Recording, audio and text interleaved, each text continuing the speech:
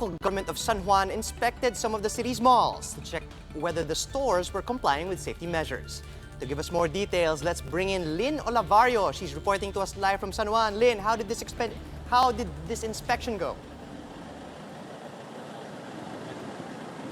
Charles, Mayor Francis Zamora is pleased that the establishments here at the Green Hills Shopping Center are complying with the government's health protocols. He adds that businessmen are proving that we can strike a balance between jump-starting the economy and protecting citizens from the coronavirus. Only 4 out of 21 entrances in V-Mall, Changi, and Shopsville are open to regulate the number of shoppers going in. Only 3,000 customers are let in at a time. The entrances have metal detectors with built-in sensors or thermal scanners and counters. There are also signs showing the number of customers allowed inside a particular store. Safety officers are deployed to ensure that stores do not go over the allowed capacity and that shoppers are observing physical distancing. Changi's are covered with plastic. There's alcohol at each stall. There are trays where customers will drop their payments. Vendors have their face masks and shields on. Their health and travel pass and certificate of compliance are displayed. Stalls are now clustered into 4, with frontages facing away from each other.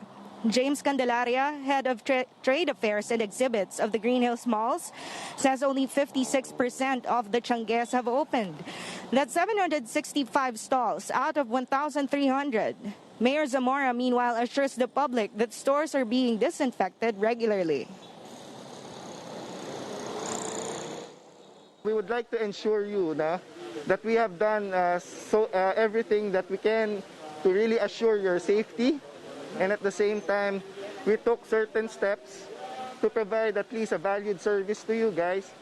And at the same time, then we all provided yung sanitation and safety protocols that we've been doing to this mall. Kaya sa araw na ito, ipinakita natin yung mga patakaran nila, pinakita natin ang new normal sa kanilang mall, para naman pag makita ng publiko, magkakaroon silang kumpiyansa na dumalaw dito muli sa San Juan, lalong-lalo na dito sa Green Hills. Charles, malls here at the Green Hills Shopping Center are now averaging just 1,200 customers a day. That's a drastic drop from the previous 55,000 to 70,000 customers a day before the pandemic. Charles? Thank you, Lynn Olavario, reporting live from San Juan City. The Trade Department tells online sellers PM is not the key. The agency warns them that failure to publish the price of goods is illegal. Shaila Francisco tells us more. After 2 days, ang bait ba after 2 days? Laura now doubts online sellers who are asking customers to message them for prices of goods. During the start of the ECQ, she tried to buy face masks online and dealt with a seller through private messages, only to be scammed days later. The seller deactivated her account. Later on, the same seller sold the same products online again, but she discovered from a relative that the prices have jumped by 500 pesos. Nakakainis talaga kasi una sa lahat, sobrang time-consuming for the both parties siya. Kaysa malaman mo na agad yung presyo, mapapa-PM ka pa at saka matatagalan pa yung mauunsumi pa yung bili mo. Ibibigay pa sa'yo through message lahat ng information na kailangan mo. Paano kung talagang kailangan mo na and nagmamadali ka tapos hindi ka pa sure kung totoo tong seller na to. Online shopping became a hit during the start of the ECQ, with sellers resorting to digital marketplaces to increase sales. But customers complain that instead of posting prices, they are often greeted with phrases like PM is the key or PM for price, worse, PM sent. Well, the Trade Department says PM is not the key. It's illegal and could be considered profiteering. The agency urges consumers to report these practices to the agency. Kailangan pag in-advertise nila yung produkto, nakapost rin yung presyo. It's a violation of the Price Act kung walang price tag. Price Act does not distinguish between online and physical selling. The DTI is now working on building a registry for online sellers. The DTI also reminds sellers that products being sold online are still covered by the suggested retail price or SRPs. Currently, the SRPs remain unchanged since last year and may be updated by end June or July. Tinitingnan na natin kung paano tayo makakapag-adjust considering yung pagbaba ng fuel noon Kaya lang at the same time, kailangan i-consider din yung pagtaas naman ng logistics costs. Meanwhile, delivery and supply of goods are stabilizing in markets, with some stocks good for up to 3 months. Supermarket owners also observed that panic buying has died down. Ngayong nag-open up na, medyo hindi pa normal, pero nadagdagan ng supply, nadagdagan ng deliveries, no? Prices have, relatively stayed stable. Medyo kampante ang tao, hindi na nag-panic buy. With this, the DTI is looking to lift the limit on the purchase of some goods. It capped the number of some essential items shoppers can buy back in March to discourage hoarding and regulate supply. This is a welcome development for Nelson, who has to go to the grocery 4 times a week to replenish stocks in his sari-sari store. Actually, mahirap siya, kaya nga umitim na po ako. Pero kailangan din talaga na makabili kami para sa yung bumibili din sa amin. Kahit kukunti ang kikitain, nakakatulong din. Sa pabalik-balik namin, baka mamaya makaano pa kami o makahawa kami o mawaan kami ng may COVID. Yun ang sa amin So talagang makakatulong ng malaki. Manufacturers and supermarket owners also said this will help them recover losses during the ECQ. This may also help to normalize supply and demand in supermarkets. Shaila Francisco, WR1 News. Transportation Department and the LTFRB have given the thumbs up to the fresh, futuristic look of the newly transformed DLTB buses. Acrylic fiberglass enclosures were installed to isolate the driver and each passenger. But before getting on the bus, passengers have to step on a sanitation mat, have their temperatures checked, and spray alcohol onto their hands. Once inside, they fill out a manifesto for contact tracing purposes should this become necessary. Air filters have also been installed to make sure that passengers breathe clean air while traveling. Despite all these upgrades, bus fares remain the same. But if you want to pay, don't go looking for Kuya Conductor because tickets are out and cashless beep cards are in. Yung konduktor, yasay na lang namin sa mga nagdi-disinfect ng buses. Para pagtakbo niya uli, bus talagang ubod ng linis, wala sa bakterya, wala sa virus. Hindi naman negosyo o pera-pere. Ang importante rito, yung buhay ng pasahero. Dapat talaga yung bus natin na tinatawag naming new normal, talagang COVID-free siya. And State U, the University of the Philippines, shoots up the list in the latest Times Higher Education Asia University rankings. UP climbed 30 points from 95th in 2019 to 65th in 2020, while De La Salle University slid down to the 301 to 350 bracket from the 251 to 300 bracket in 2019. The two universities are the only higher education institutions from the Philippines that were included in the list. Two Chinese universities are Asia's best, with Tsinghua University topping the list and Peking University climbing 3 places to rank second. The Asia University Rankings bases its scores on various performance indicators, which include teaching research, citations, international outlook, and industry income. We'll be back with more stories after the break. Stay with us here on One News.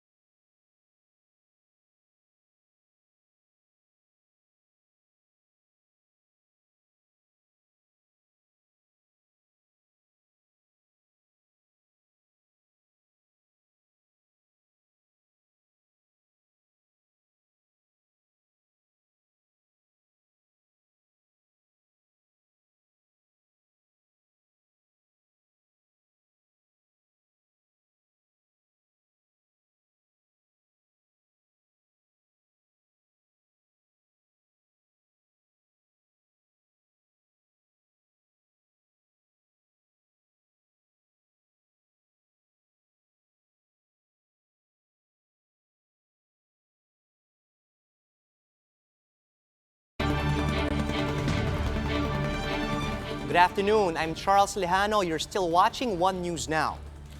coronavirus infections in the Philippines breached the 20,000 mark on Thursday. The health department tallied more than 600 new cases this afternoon, and half of those are fresh cases while the other half were reported late. 10 more people lost the battle to COVID-19 overnight, and the national death toll is now inching closer to 1,000. At least 90 patients recovered from the disease over the past 24 hours, and so far, more than 4,000 people have gotten better from the SARS-like disease. The health department says it's now processing the release of compensation for the country's 32 health workers who died due to COVID-19. To give us the latest update about this, we have Greg Gregorio. He's reporting live from Quezon City. Greg, the DOH, DOLE, and DBM have signed this joint administrative order to provide said compensation. What's the next step here? Hello, sorry. Thank you.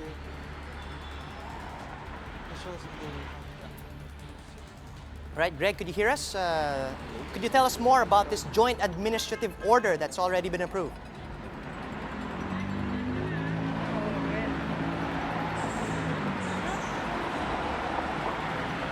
Yes, Charles, under the Republic Act 1469, or commonly known as the Binding to Arizona Act.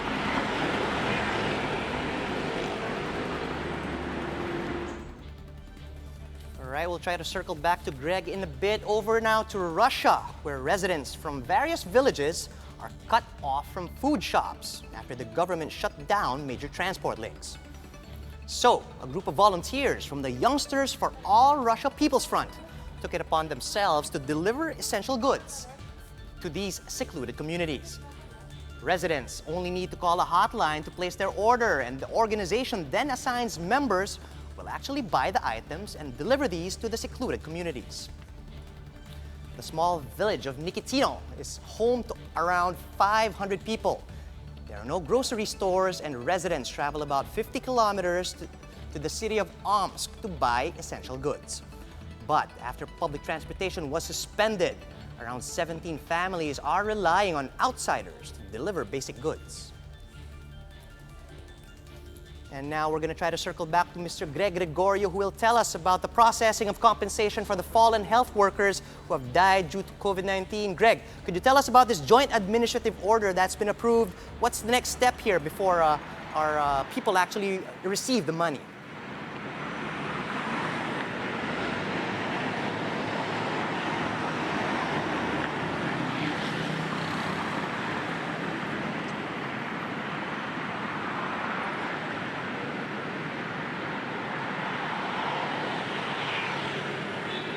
Yes, Charles, under the Republic Act number 11469, or commonly known as the Binding to Arizona Act, those health workers or the family members of those health care workers who died because of COVID-19 are entitled to receive 1 million peso death benefit, while those who suffered severe cases are entitled to receive 100,000 pesos benefit.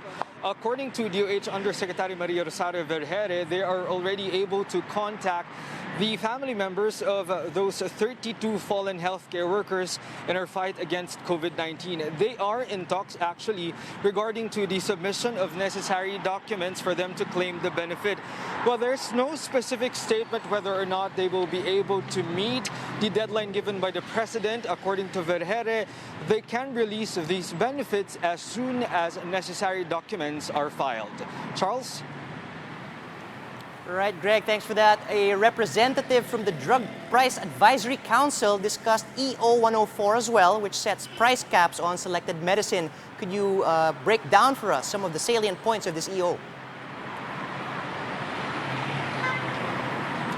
Yes, Attorney Patricia Blardoni, a member of the Drug Price Advisory Council, who explained that this Executive Order number 104, which was signed by President DOTr back in February, is already in full enforcement since June 2, meaning prices of more than 100 drugs or formulations are now reduced to as much as 50%. There were considerations in choosing this drug, such as if it is for the diseases that belongs to the leading causes of mortality or morbidity in the country. If the price in the Philippines of this certain drug has a great difference from other countries, and if a certain drug has a limited competition, and if there is a high price market while it is given or one of the most prescribed. Attorney Patricia Blandoni highlighted that even with this price reduction, the price adjustment for senior citizens and persons with disabilities must still be honored. Charles? All right, let's just get this straight. Where do we report certain drugstores that sell meds at prices above this maximum retail price set by the FDA, and what's the penalty that they will face? Yes, Charles, if there is a violation that is seen or observed by a customer or consumer, they can report it to the Department of Health, the FDA, or even with the regional drug price monitoring officers in the regional DOH Center for Health Department. But they are reminded that they should not forget to take a photo or what could serve as a proof of transaction of their receipt. This could serve as evidence against these individuals or manufacturers or pharmacies who are violating this law or provision by the government. And as to the penalties under the EO 104, it is provided that penalties should be dealt in accordance to the Cheaper Medicines Act. And according to this, after due notice and hearing, the Secretary of Health could impose administrative fines against any person, manufacturer, reseller, or retailer. And the penalty could reach from 50,000 pesos to 5 million pesos. Charles? All right, thanks for that, Greg. That was Greg Gregorio reporting live from Quezon City. It's time again to take a look at the global situation of the COVID-19 pandemic. Via this interactive map from Johns Hopkins University in the States, we have the total number of confirmed COVID-19 cases around the world breaching 6.5 million. As you can see here, we have 6,524,369, with more than 1.8 million of these coming from the global hotspot, the United States, where mass demonstrations are still taking place following the death of George Floyd at the hands of the police. New reports are saying that Floyd's autopsy actually showed that he had COVID-19. But the pathologist said that this did not lead to his death. Brazil still has the second highest number of COVID-19 cases globally at around 580,000. That's 584,016 for Brazil. This is followed by Russia at 440,538, the United Kingdom with over 280,000, Spain with over 240,000, Italy with over 233,000, and India with nearly 218,000 COVID-19 cases. Talking about the global death toll now nearing 387,000 at 386,209. The U.S. still tops this list with 107,000 fatalities. And in a recent study published by the New England Journal, the malaria drug that U.S. President Donald Trump had been recommending as a means of preventing COVID-19 does not actually protect people from the virus. The U.S.'s death toll is followed by that of the U.K. with almost 40,000 deaths. Italy, meanwhile, has 33,600 deaths, Brazil with 32,500, France with 29,000, and Spain with over 27,000 deaths. For more updates, be sure to follow News 5, the Philippine Star, and Business World Online. I'm Charles Lejano. We are One News.